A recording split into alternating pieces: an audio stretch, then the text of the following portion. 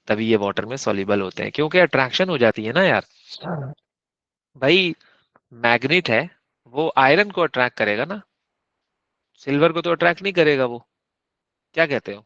क्योंकि उसकी नेचर, बात को समझिएगा जरा। तो इसलिए आप किसी किसी माहौल में एडजस्ट हो जाते हो, कहीं कहीं नहीं होते हो। तो एडजस्ट इसीलिए होते हो क्योंकि तुम्हें ऐसा लगता है कि यार ये मेरी नेचर के बंदे हैं। और कहीं तुम नहीं होते हो तो इसका मतलब ये होता है कि तुम्हारा उससे मैच नहीं कर रहा। ऐसे ही ये वाटर की सॉल्युबिलिटी, कंपाउंड की सॉल्युबिलिटी भी होती है। तो इसलिए आयोनिक कंपाउंड वाटर में सॉल्युबल आराम से हो जाते हैं। गुड कंडक्टर ऑफ इलेक्ट्रिसिटी हैं, लेकिन मोल्टन और एक्वियस में। बैड कंडक्टर होते हैं सॉलिड में। अच्छा, कंडक्टिविटी का रीजन क्या होता है? आधे बच्चे कह रहे होते हैं कि फ्री इलेक्ट्रॉन, आधे बच्चे कह रहे होते हैं फ्री आयोन्स। मेरे भाई आयोनिक बॉन्ड है, इसमें आयोन्स की बात करते हैं, इलेक्ट्रॉन की बात नहीं होती। तो why good conductor? Due to the movement of ions. लेकिन बैड कंडक्टर है इन सॉलिड स्टेट। अब आप देखो ना यार, ये सॉलिड स्टेट है ना, इसमें आयोन्स कहाँ जाएगा यार? वो बेचारा मूव ही नहीं कर सकता वो। इतनी स्ट्रॉन्ग अट्रैक्शन है, इतनी जोर से पार्टिकल ने एक दूसरे को पकड़ा हुआ है, तो कहाँ जाएगा बेचारा वो? तभी तो कहते हैं सॉलिड स्टेट में दे आर बैड कंडक्टर। सही है। चलें जी, अब आइए जरा कोवेलेंट बॉन्ड पर। अच्छा, कोवेलेंट बॉन्ड क्या होता है भाई? कोवेलेंट बॉन्ड भी यही होता है कि इनमें इलेक्ट्रॉन की, अच्छा, आयोनिक बॉन्ड में इलेक्ट्रॉन ट्रांसफर हो रहा था, कोवेलेंट बॉन्ड में इलेक्ट्रॉन शेयर होता है। ये डिफरेंस है दोनों में।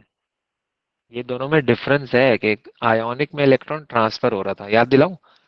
आयोनिक में क्या हुआ कि मेटल ने इलेक्ट्रॉन लूज कर दिया और नॉन मेटल ने उस इलेक्ट्रॉन को गेन कर लिया। अब वहां ऐसा क्यों हुआ पता है? क्योंकि मेटल के पास इलेक्ट्रॉन था, उसको लूज करना था, ज्यादा थे उसके पास। नॉन मेटल को जरूरत थी, जैसे उसके आउटर शेल में 7 है, अगर कहीं से एक और मिल जाए तो उसकी जरूरत पूरी हो जाएगी। तो आयोनिक में सीन ऐसा हो रहा होता है कि एक को जरूरत होती है और एक के पास एक्स्ट्रा होता है। ये कोवेलेंट में बड़े मसले मसाइल हैं। ये तो ऐसा है कि दोनों को ही जरूरत है। अब भाई तुम मुझसे पैसे मांगने आए, तुमने कहा यार 5,000 रुपये देना, मैंने कहा भाई मुझे ही जरूरत है यार, आओ दोनों मिलके कोई काम करते हैं। ये एग्जांपल है कोवेलेंट की, लिटरली। अब तुम बोलोगे यार, तुम हम दोनों एक ही कैटेगरी, दोनों गरीब हैं, है भाई। तुम बोलोगे आ जाओ यार कोई काम ही कर लेते हैं मिलके यार, दोनों को फायदा हो जाएगा। तो वो कहते हैं कि यार तेरे पास क्या है और मेरे पास क्या है? यार मेरे पास ये है, ले आ यार, तेरे पास जो भी है मेरे पास भी है, आओ मिलके बिजनेस करते हैं। तो मैं बचा कुचा जो भी मेरे पास बचा हुआ रखा हुआ था, मैं उठा के ले आया और हमने बिजनेस शुरू कर दिया। 50-50% पे, आधे मेरे आधे तेरे। इस इस रूल पे काम किया। तो ये जो कोवेलेंट बॉन्डिंग होती है, एक तो ये वीक बॉन्डिंग है। आयोनिक के अकॉर्डिंग अगर मैं देखूँ ना, तो ये वीक बॉन्डिंग है भाई। कैसे वीक बॉन्डिंग है? लेट्स सपोज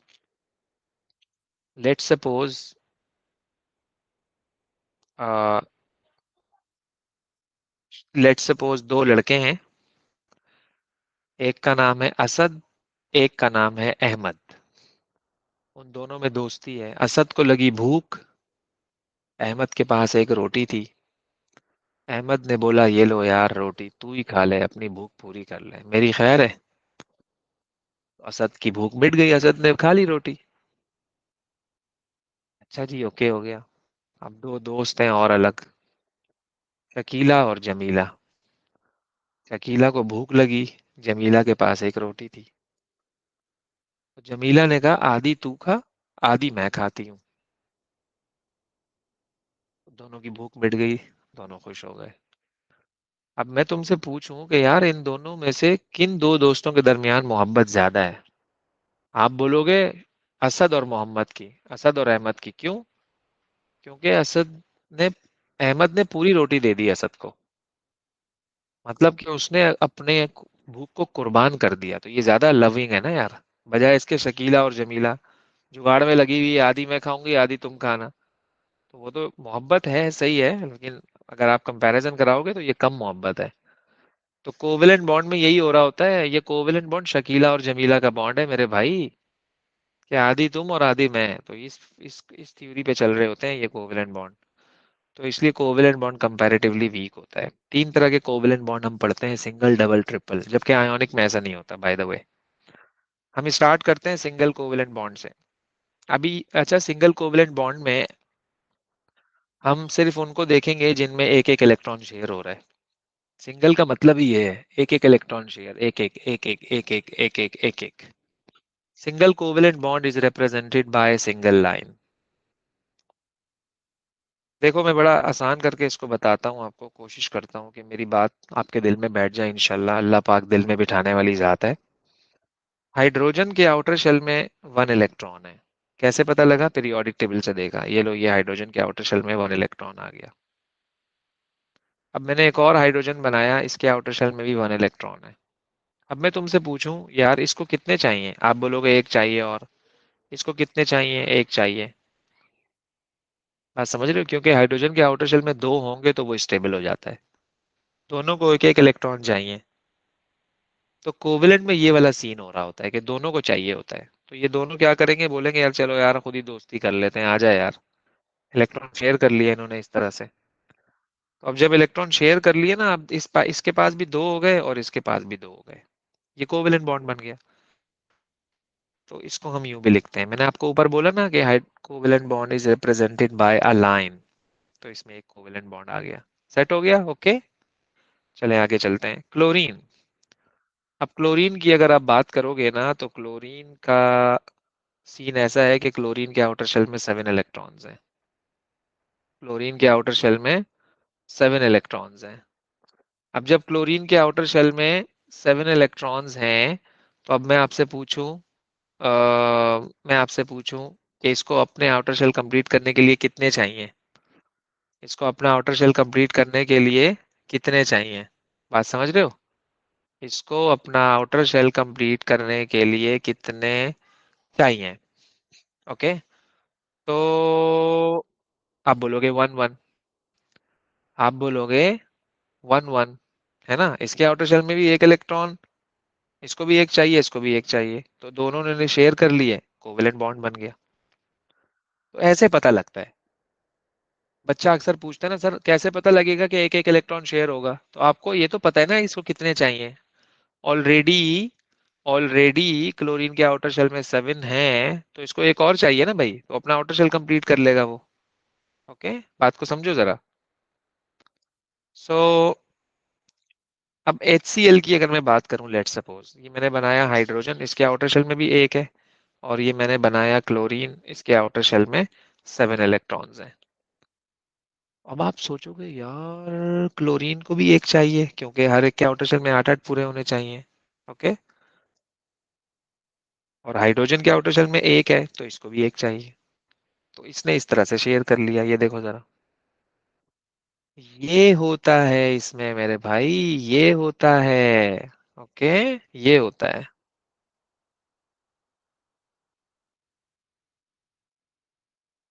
चले वाटर पे आते हैं।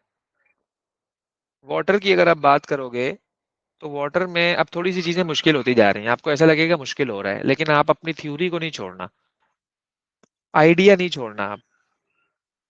अब लेट सपोज, अब हम बिल्कुल एकदम नल्ले हैं। अब हमें नहीं पता लग रहा कि मैं क्या करूं। अब बिल्कुल ब्लैंक हूं मैं, बिल्कुल। मैं सोचूंगा, मैंने कहा यार चलो कम से कम इसको तो देख के कुछ लिख सकता हूँ ना। सही है ना? मैं बिल्कुल उस पे, बिल्कुल समझो मैं जमीन पे आ रहा हूँ अभी। मैं बोलूंगा यार वाटर, अच्छा तो मतलब 2 H और एक O, तो चलो एटलीस्ट गोल अंडे तो बना ही सकता हूँ मैं। एक ऑक्सीजन और 2 H बना लिए मैंने। अब क्या करूं? अब क्या करूं? अब क्या करूं? पीरियोडिक टेबल से देखा, ऑक्सीजन के आउटर शेल में 6 इलेक्ट्रॉन्स हैं। ओके, अच्छा। और हाइड्रोजन के आउटर शेल में एक एक इलेक्ट्रॉन है। अब मैं बोलूंगा यार ऑक्सीजन को दो चाहिए, और इसको भी, हाइड्रोजन को एक चाहिए, इसको भी एक चाहिए। तो ये इस तरह से बॉन्ड बना लेगा, ये इस तरह से बना लेगा। तो ऑक्सीजन ने भी जुगाड़ लगा लिया, उसके भी 2 इलेक्ट्रॉन पूरे हो गए। हाइड्रोजन ने भी जुगाड़ लगा लिया, दोनों खुश हो गए। दोनों खुश हो गए, क्या कहते हो? तो देखो ना, ऐसे कोवेलेंट बॉन्ड बन गया। ओके, ऐसे कोवेलेंट बॉन्ड बन गया। तो भाई ये है आइडिया। और आई डोंट थिंक कि ये कोई मुश्किल बात है। ये तो बिल्कुल बेबी है यार, ये तो बिल्कुल बेबी कॉन्सेप्ट है भाई मेरे। ऐसे ही अमोनिया भी देख लो आप। अब अमोनिया में अगर आप देखो, तो नाइट्रोजन के आउटर शेल में कितने इलेक्ट्रॉन है? 5। 1 2 3 4 5। अब मैं आपसे पूछूं यार नाइट्रोजन को कितने और चाहिए, आप बोलोगे 3 और चाहिए। तो ये देखो ना, 3 हाइड्रोजन आके लग जाएंगे और हाइड्रोजन के आउटर शेल में एक इलेक्ट्रॉन होता है, तो अपना अपना एक इलेक्ट्रॉन शेयर कर देगा, तो अब नाइट्रोजन खुश हो जाएगा। ये अमोनिया का डॉट एंड क्रॉस डायग्राम है। तो ये आइडिया है डॉट एंड क्रॉस का, हम खुश कर रहे हैं बेसिकली, हमारे के आउटर शेल को कंप्लीट कर रहे हैं। ये आइडिया, ये कॉन्सेप्ट है। अब CH4 देख लो तुम। अब मैंने बनाया कार्बन। अब मैंने बोला यार कार्बन के आउटर शेल में अच्छा 4 होते हैं। अब आप लोग सोच रहे हो यार सर को कैसे पता लगा। सर ने देखा पीरियोडिक टेबल, सर ने देखा कार्बन ग्रुप 4 में है, तो उसके आउटर शेल में 4 इलेक्ट्रॉन है, मैंने 4 इलेक्ट्रॉन लिख दिया यहाँ पर। ओके। फिर मैंने देखा, मैंने कहा यार इसको 4 इलेक्ट्रॉन चाहिए, तो 4 हाइड्रोजन आए, चारों ने अपना अपना इलेक्ट्रॉन इसको दे दिया, शेयर कर लिया। तो देखो ना, कार्बन गिनो ना, पूरा हो गया ना, 8 पूरे हो गए। हाइड्रोजन भी खुश, कार्बन भी खुश, हाइड्रोजन के भी 2 पूरे हो गए, कार्बन के भी 8 पूरे हो गए। ये है आइडिया, ये है आइडिया भाई। सांप भी मर गया, लाठी भी नहीं टूटी, दोनों की जरूरतें पूरी हो गई। क्या कहते हो? अच्छा, एक और स्ट्रक्चर है CH3OH। एक और स्ट्रक्चर है CH3OH। CH3 में ये कार्बन है, उसके साथ 3 हाइड्रोजन है, फिर उसके साथ ये ऑक्सीजन है, और उसके साथ ये हाइड्रोजन है। आइडिया क्या है, और से सुनिएगा जरा। कार्बन के आउटर शेल में 4 है, कार्बन को मैंने डॉट कह दिया। कार्बन के आउटर शेल में 4 है, हाइड्रोजन के आउटर शेल में 1 है। तो इसने अपनी जरूरत पूरी कर ली, इसके 2 पूरे हो गए, इसके भी 2 पूरे हो गए, इसके भी 2 पूरे हो गए। कार्बन के, अभी अभी अभी ये कार्बन का डॉट है, सही है। अभी मैं एक और बात आपको बताता हूँ। नहीं, ये ऑक्सीजन का डॉट है, कार्बन को हमने क्रॉस कहा है, सही है। ऑक्सीजन के आउटर शेल में कितने होते हैं? 6। तो 1 2 3 4 5 6। ऑक्सीजन को 2 चाहिए, ऑक्सीजन ने एक इलेक्ट्रॉन इस हाइड्रोजन से लिया और एक इलेक्ट्रॉन इस कार्बन से। अब देखो किस तरह से सब बैलेंस्ड हो गया खुद ब खुद। तो ये आइडिया है। अब सही है ना? तो ये इसका डॉट एंड क्रॉस डायग्राम है, सिंपल सी बात है। ये सिंगल बॉन्ड है सारे, ये सब single single single single single single single single single single single. अब आ जाओ डबल कोवेलेंट बॉन्ड पे। डबल कोवेलेंट बॉन्ड में क्या होता है? Sharing of 2 electrons. अब आप सोचोगे यार इसका क्या मतलब है। अभी खुद ब खुद 1 मिनट में तुम्हें बात समझ आ जाएगी कि इसका क्या मतलब है, 2 इलेक्ट्रॉन्स का क्या मतलब है। ओके। अब ऑक्सीजन है, आपने क्या किया, आपने देखा कि यार ऑक्सीजन के आउटर शेल में 6 इलेक्ट्रॉन्स हैं, क्योंकि oxygen is in group 6। Oxygen is in group 6, तो इसके आउटर शेल में कितने इलेक्ट्रॉन है? 6 इलेक्ट्रॉन्स है। तो 6 का मतलब इसको 2 इलेक्ट्रॉन और चाहिए। 6 का मतलब क्या है कि इसको 2 इलेक्ट्रॉन और चाहिए। तो ये क्या करेगा? दो दो इलेक्ट्रॉन शेयर करेगा, आप देख रहे हैं। 2 इसके हैं और 2 क्रॉस इसके हैं, तो दो दो शेयर किए ना, क्योंकि 2 चाहिए थे ना यार, तो डबल कोवेलेंट बॉन्ड बनेगा। अब क्लोरीन में ऐसा क्यों नहीं हो रहा था? क्योंकि क्लोरीन के आउटर शेल में पहले से 7 थे, उसको एक चाहिए था, तो उसने सिंगल बॉन्ड बनाया। लेकिन ऑक्सीजन के आउटर शेल में 8 हैं, सॉरी 6 हैं, तो इसको 2 चाहिए, तो ये डबल कोवेलेंट बॉन्ड बनाएगा। ये है आइडिया डबल का। तो खुद ब खुद पता लग जाएगा, कॉमन सेंस की बात है यार ये तो। अब कार्बन डाइऑक्साइड है। अब कार्बन डाइऑक्साइड में मैंने कहा यार, कार्बन डाइऑक्साइड में ये सी आ गया, सी के आउटर शेल में आ गए 4 इलेक्ट्रॉन्स। अब 4 का मतलब मैंने कहा यार कार्बन को तो 4 और चाहिए, क्योंकि हाँ 8 तो पूरे करने हैं इसे। तो ये अब ये 8 पूरे कैसे करेगा, 4 और कैसे लेगा? तो ये 2 इससे ले रहा है और 2 इससे ले रहा है, दो दो इलेक्ट्रॉन इसने अपने पड़ोसियों से शेयर कर लिए, तो ऑक्सीजन भी खुश हो गया, कार्बन भी खुश हो गया। क्योंकि ऑक्सीजन के भी आउटर शेल में 6 है। मजे की बात तो देखो तुम, ऑक्सीजन के आउटर शेल में भी 6 हैं, तो ऑक्सीजन को भी 2 चाहिए, तो इसको भी 2 चाहिए, इसको भी 2 चाहिए, और कार्बन को 4 चाहिए। तो दो दो करके शेयर कर लिए, कार्बन की भी जरूरत पूरी हो गई, ऑक्सीजन की भी जरूरत पूरी हो गई। ओके। अब इथीन है C2H4। अब C2H4 का मतलब 2 कार्बन आप बनाओ, और 2 कार्बन के साथ 4 हाइड्रोजन है, 2 इस तरफ 2 इस तरफ। अब आप इलेक्ट्रॉन को जिस तरह से शेयर करो कि सबकी जरूरत पूरी हो। मैं ये कहता हूँ कि आप हाइड्रोजन को बना लिया करो, हाइड्रोजन का एक, हाइड्रोजन का एक, हाइड्रोजन का एक, हाइड्रोजन का एक। ये कार्बन है, अब इस हाइड्रोजन को इस कार्बन ने इलेक्ट्रॉन दे दिया, हाइड्रोजन खुश हो गया, दो पूरे हो गए। इस कार्बन ने अपना इलेक्ट्रॉन दे दिया, ये हाइड्रोजन खुश हो गया। इसको अब कार्बन ने एक इलेक्ट्रॉन दे दिया, ये हाइड्रोजन खुश हो गया। इसको कार्बन ने अपना इलेक्ट्रॉन दे दिया, ये हाइड्रोजन खुश हो गया। अब आप ये देखो मैंने कार्बन के कितने इलेक्ट्रॉन यूज कर लिए। इस कार्बन के दो क्रॉस यूज कर लिए मैंने, तो दो और रहते हैं ना, यहाँ बीच में डाल दो। इस कार्बन के भी मैंने कितने यूज कर लिए हाइड्रोजन को देने के बाद, दो दो, तो दो और बचे हुए हैं, तो आप इसको यूं बना लो। अब तुम देख रहे नहीं हो बीच में चार इलेक्ट्रॉन आ गए, तो चार का मतलब समझ जाओ ना कि दो इसके हैं दो इसके हैं, तो ये भी तो डबल बॉन्ड है। तो ये भी तो डबल बॉन्ड है। तो इस तरह से आप खुद करना है इसको, खुद बनाना फिर देखना आंसर, फिर खुद बनाना फिर देखना, फिर खुद बनाना फिर खुद देखना, फिर खुद बनाना फिर खुद देखना। तो ये है कि एक दफा में नहीं होगा, ये याद रखना। It wants practice, it wants frequent practice. Okay, तो ये बात है, लेकिन everything is possible of course. तो असल में होता ये है कि हम लोग ना बस हाथ पैर ढीले छोड़ देते हैं, घबरा जाते हैं, यार ये तो मुझसे नहीं हो रहा। ऐसे नहीं सोचना कि ये तो मुझसे नहीं हो रहा, ये होगा इसका बाप भी होगा, ये होगा इसका बाप भी होगा। सही है ना, क्योंकि हम हमें खुद स्ट्रांग बनना है। If we are strong then everything is strong. अब मैं खुद ही हिम्मत हार जाऊं तो क्या करूंगा यार फिर मैं। बात ये है ना असल में। ट्रिपल कोवेलेंट बॉन्ड, अब मैं बोलूं यहाँ फ्रीक्वेंटली आज क्वेश्चन क्या होता है सर, हमें कैसे पता लगेगा? अभी देखो 1 मिनट में पता लग जाएगा तुम्हें। नाइट्रोजन के आउटर शेल में कितने हैं, आप बोलोगे 5। कैसे पता लगा? क्योंकि जब आप पीरियोडिक टेबल में गए आपने देखा नाइट्रोजन ग्रुप 5 में है। अब मैं आपको बोलूं यार ग्रुप 5 में है, 5 इलेक्ट्रॉन है, कितने और चाहिए? 3 और चाहिए ना, तो ट्रिपल बॉन्ड बनाएगा।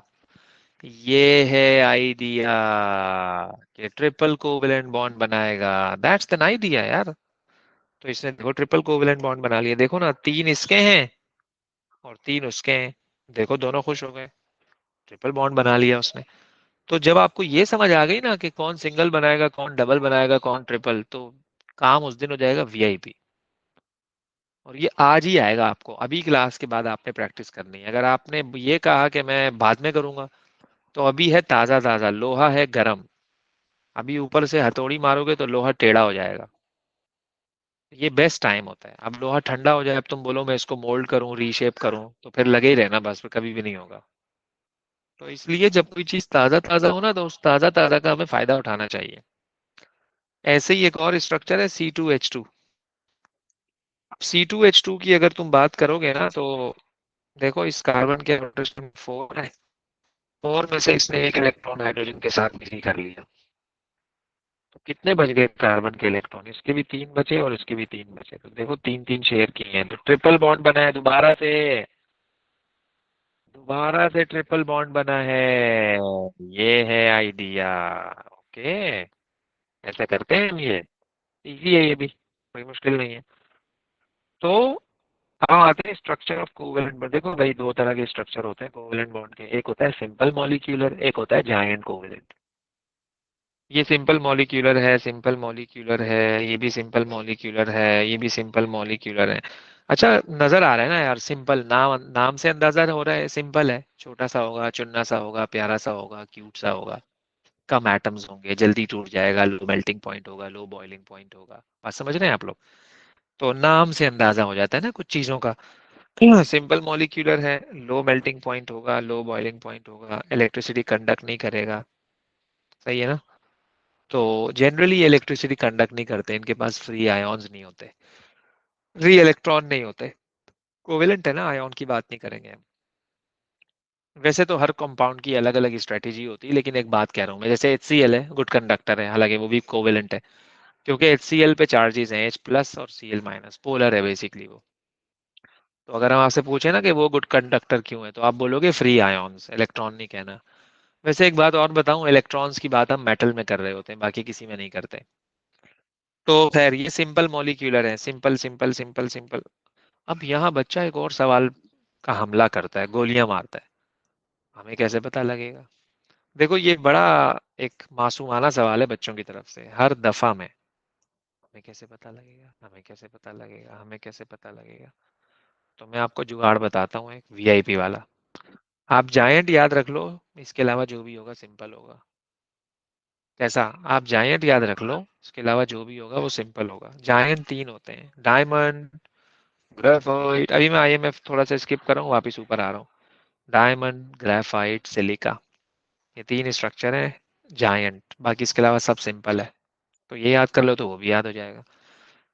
तो जायंट नाम से अंदाजा हो रहा है, बड़ा, मोटा, ताजा, ओहो हो, फैला हुआ, जायंट, बड़ा, वाइड। बात समझ रहे हो आप लोग? तो बेटा ये आप समझ रहे हो ना कि ये तो सर ये तो इतना सा है, इतना सा नहीं है, मैंने उस बड़े से स्ट्रक्चर का एक टुकड़ा बनाया है। जगह नहीं है, टाइम नहीं है, तो मेरे तो पूरे नोट्स में यही चलता रहेगा, फिर पूरी बुक में यही बना हुआ होगा। इट्स एन आइडिया यार, क्या कहते हो? तो मैंने मैंने उस बड़े में से कुछ एक छोटा सा हिस्सा कॉपी किया ताकि मैं आपको कुछ चीजें सिखा सकूं। नंबर वन, ये structure diamond made of carbon होता है, कार्बन से बनता है डायमंड, और इसका मेल्टिंग पॉइंट बहुत ज्यादा है। उसकी वजह बताऊं मैं क्या है? इसमें जो बॉन्ड नजर आ रहे हैं ना तुम्हें, ये वाले, इतने सारे बॉन्ड्स हैं कि बेतहाशा, बेतहाशा, बेतहाशा, अनलिमिटेड, बहुत बहुत बहुत बहुत बहुत सारे बॉन्ड्स हैं। टाइम लगेगा ना तोड़ने में, तभी हाई मेल्टिंग पॉइंट है। सॉलिड होता है ये रूम टेम्परेचर पे, very hard, very hard, tetrahedral structure है।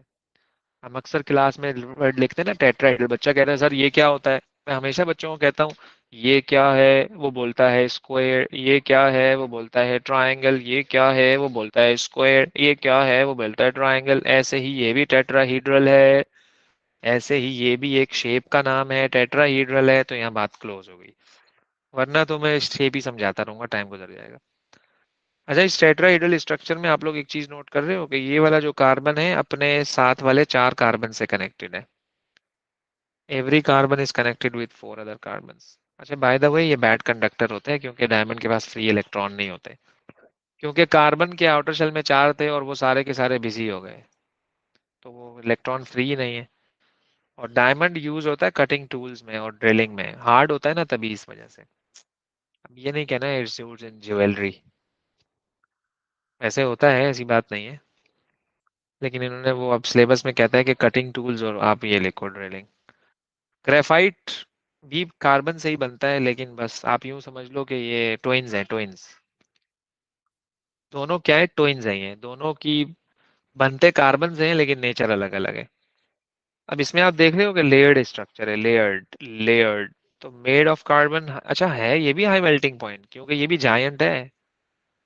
सॉलिड होता है ये भी रूम टेम्परेचर पे, लेकिन ये सॉफ्ट होता है। पता है क्यों सॉफ्ट होता है? क्योंकि इसमें लेयर्स हैं। तो जब ये लेयर एक दूसरे पे स्लिप करती है ना, हमें चिकना चिकना लगता है, सॉफ्ट सॉफ्ट लगता है। बात समझ रहे हो? तो डायमंड में तो लेयर है ही नहीं ना यार। तो जब लेयर ही नहीं है तो स्लिप क्या करेंगे एक दूसरे के ऊपर? जब तक स्लिप नहीं करेंगे हमें स्लिपरी फील नहीं होगा, चिकना फील नहीं होगा, सॉफ्ट फील नहीं होगा। तो ग्रेफाइट सॉफ्ट फील होता है। ग्रेफाइट में जो ये बना हुआ है ना आपके पास, ये हेक्सागोनल रिंग होता है, हेक्सागोनल। इसलिए ग्रेफाइट के स्ट्रक्चर को हम कहते हैं हेक्सागोनल लेयर्ड स्ट्रक्चर। अच्छा, ये गुड कंडक्टर है बाय द वे। अब मैं आपको बोलूँ ना क्यों, क्योंकि देखो ये वाला जो कार्बन है ना, ये तीन कार्बन से कनेक्टेड है। तो चौथा इलेक्ट्रॉन कहाँ गया? चौथा इलेक्ट्रॉन फ्री है इसका। इसका भी एक इलेक्ट्रॉन फ्री है, इसका भी, इसका भी, इसका भी, इसका भी, इसका भी, इसका भी, इसका भी, इसका भी, इसका भी, इसका भी, इसका भी, इसका भी, इसका भी, इसका भी। लेकिन डायमंड में ऐसा नहीं था, डायमंड में चारों इलेक्ट्रॉन बिजी हैं, यहाँ पे एक इलेक्ट्रॉन फ्री है, तो जिसकी वजह से ये गुड कंडक्टर है। तो graphite is a good conductor, right? और ग्रेफाइट सॉफ्ट भी होता है क्योंकि इसमें लेयर्ड स्ट्रक्चर है। अच्छा, ऐसे ही सिलिका भी है। अच्छा, ये और ये सेम है 100%। आप देख रहे हो स्ट्रक्चर भी कितना सेम है यार, इसका देखने में भी डिजाइन भी सेम है। बस सिर्फ फर्क इतना है कि डायमंड कार्बन से बनता है और ये सिलिकॉन और ऑक्सीजन से बनता है। इसका भी हाई मेल्टिंग पॉइंट है, ये भी सॉलिड है, ये भी हार्ड है, ये भी टेट्राहीड्रल है। अच्छा, वैसे एक बात है आपस की, सिलिका और डायमंड सेम ही है, बस सिर्फ कार्बन का फर्क है कि diamond is made of carbon और silica is made of silicon and oxygen. तो ये जो मैंने तुम्हें तीन स्ट्रक्चर बताए हैं ना, ये है जायंट कोवेलेंट। इसके अलावा जो भी आएगा ना भाई, वो सिंपल मॉलिक्यूलर होगा, लेकिन शर्त है कि उसमें मेटल ना हो। पता लग रहा है तुम NaCl को भी कह रहे हो सिंपल मॉलिक्यूलर, ऐसे नहीं है मेरे भाई। आयोनिक बॉन्ड को अलग ही रखना, इससे मिक्स नहीं कर देना इसके अंदर। आयोनिक बिल्कुल अलग कैटेगरी है, आयोनिक की कैटेगरी बिल्कुल अलग है। हम अभी क्या बता रहे हैं आपको, सिंपल मॉलिक्यूलर में और जायंट में क्या फर्क है। सही है, ओके। तो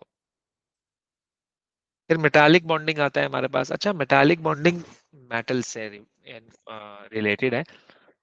हमें पता है कि मेटल्स जनरली इलेक्ट्रॉन लूज करते हैं। अभी अभी अभी अभी हमने सीखा, अभी हमने आपको बताया कि आयोनिक में मेटल इलेक्ट्रॉन लूज कर रहा था और नॉन मेटल उसे गेन कर रहा था।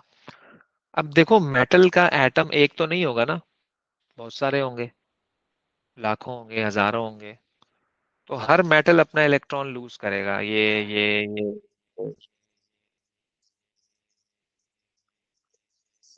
सारे सारे सारे सारे सारे सारे सारे सारे सारे सारे सारे सारे सारे हर एटम ने अपना इलेक्ट्रॉन लूज किया, और हर एक पे कौन सा चार्ज आया? Positive positive positive positive positive positive positive.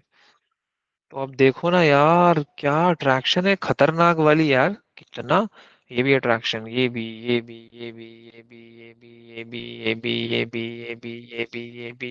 इतने सारे आयोन्स अट्रैक्टेड होंगे मेरे भाई। तो बहुत ही स्ट्रॉन्ग अट्रैक्शन होती है। तो मेटालिक बॉन्ड क्या होता है? Electrostatic force of attraction between the cation and sea of delocalised electrons. Delocalise का मतलब मूविंग होता है, सी इसलिए कह रहे हैं क्योंकि बहुत सारे हैं। कैसी स्ट्रॉन्ग अट्रैक्शन बनेगी यार, क्या बात है, वीआईपी वाली। अच्छा, इसका भी स्ट्रक्चर जायंट मेटालिक लैटिस होता है, आयोनिक की तरह। वो जायंट आयोनिक लैटिस होता है, ये जायंट मेटालिक लैटिस होता है। हाई मेल्टिंग पॉइंट है, सॉलिड है, गुड कंडक्टर है क्योंकि फ्री इलेक्ट्रॉन है, और मैलिएबल भी है, और ये डक्टाइल भी होता है। मैलिएबल और डक्टाइल का मतलब ये है कि वो अपनी आपको मोल्ड कर सकता है, अपनी शेप को चेंज कर सकता है। They can be change into any wire, they can be change into any of the thing. तो वो पता है क्यों? क्योंकि इसका लेयर्ड स्ट्रक्चर है, तो आप लेयर्स को मूव करवा सकते हो ना, तो इसका मतलब आप उसको डी शेप कर सकते हो, रीफॉर्म कर सकते हो आप इसे। अच्छा, मैं बात कर रहा था आईएमएफ की, थोड़ा सा पीछे आ रहा हूँ, मैंने आपको कहा था ना उस टाइम मैं पीछे जाऊंगा। आईएमएफ होता है intermolecular force. As the name suggest, inter मतलब दरमियान में, मॉलिक्यूलर मॉलिक्यूल के। तो ये जो आईएमएफ का वर्ड आपको नजर आ रहा है ना, एक तो मैं आपको बात बताऊं, आयोनिक बॉन्ड में आईएमएफ का नहीं होता। मैं तुमसे पूछूं कल को सोडियम क्लोराइड क्यों स्ट्रांग है, तुम बोलो स्ट्रांग आईएमएफ है। भाई कोवेलेंट में कहाँ से आ गया आईएमएफ? Common sense. तो आईएमएफ एक तो सिंपल मॉलिक्यूलर में होता है, और ये दो मॉलिक्यूल के बिटवीन होता है। पता है क्यों कह रहा हूँ मैं इस तरह? कि ये वाटर का एक मॉलिक्यूल है, ये वाटर का दूसरा मॉलिक्यूल है, तो इसके बीच में जो ग्रीन डॉटेड लाइन बनाई है ना, ये आईएमएफ है। अब तुम बोलो कि मेरी ये वाली लाइन आईएमएफ है, ये कोवेलेंट है भाई, inter. IMF is inter molecular, between the two molecules, in the molecule नहीं है। ये बहुत मिसकॉन्सेप्ट, बहुत मिसकॉन्सेप्ट है, बहुत मिसकॉन्सेप्ट है लोगों का ये। आईएमएफ बिटवीन द मॉलिक्यूल होता है। जब आप वाटर को बॉईल करते हो ना, तो ये वाली अट्रैक्शन टूटती है। कभी तुमने सुना वाटर को बॉईल करने से हाइड्रोजन गैस और ऑक्सीजन गैस बन गई? मतलब इतना आसानी से तुमने बॉडी को तोड़ दिया। भाई वाटर स्टीम बनता है, वाटर विल रिमेन वाटर, बस वो पहले लिक्विड था अब स्टीम हो गया, तो मतलब आईएमएफ ब्रेक डाउन हुआ है। ऐसा नहीं है कि तुमने बॉन्ड ही तोड़ दिया, फिर तो क्या ही बात हो गई यार, किसी भी कंपाउंड को तोड़ दूं मैं आसानी से, ऐसे थोड़ी होता है। आईएमएफ को वीक किया है हमने। तो लिक्विड का स्टीम बनना is the proof that IMF exist between the molecule. So when water is heated in the liquid form, they are near to each other and IMF is higher. So after breaking, IMF gets weakened and distance between the nuclear molecule increases, so IMF decreases. कुछ इस तरह से है। अब ये देखो ना, ये दो मॉलिक्यूल है, इनके बिटवीन जो ब्लैक कलर के डॉट्स बनाए हैं, ये है आईएमएफ। अच्छा, मजे की बात एक और बताऊं आपको, आईएमएफ दो चीजों पे डिपेंड करता है, इलेक्ट्रॉन पे और सरफेस एरिया पे। मैं आपको एक एक एग्जांपल से बात ऐसे करके समझ आ जाएगी। मैं आपको कहूं, why chlorine is a gas and bromine is liquid at room temperature. क्यों होता है? आयोडीन इज सॉलिड क्यों होता है रूम टेम्परेचर पर? तो देखो मैंने क्या लिखा है, एक लफ्ज, IMF is directly proportional two electron. जितने ज्यादा इलेक्ट्रॉन होंगे उतना ज्यादा आईएमएफ होगा, उतनी ज्यादा अट्रैक्शन होगी। जितने कम इलेक्ट्रॉन होंगे उतनी कम अट्रैक्शन होगी। तो क्लोरीन का प्रोटॉन नंबर 17 है, ब्रोमीन का प्रोटॉन नंबर मुझे याद नहीं है, लेकिन हाँ शायद 35 है मेरे ख्याल में। कहाँ 17 कहाँ 35 यार, तो ज्यादा इलेक्ट्रॉन ज्यादा अट्रैक्शन, ज्यादा इलेक्ट्रॉन ज्यादा अट्रैक्शन। तो तभी तो ब्रोमीन लिक्विड है रूम टेम्परेचर पे। और आयोडीन में तो मेरे भाई भाई भाई जान उसमें तो और भी ज्यादा इलेक्ट्रॉन है, तो उसमें तो अट्रैक्शन और भी ज्यादा है। उसमें तो अट्रैक्शन और भी ज्यादा है, तो आयोडीन तभी तो सॉलिड है रूम टेम्परेचर पे। क्या कहते हो? Okay. So that's all for the chemical bonding. You are supposed to do practice, and then inshallah we will be doing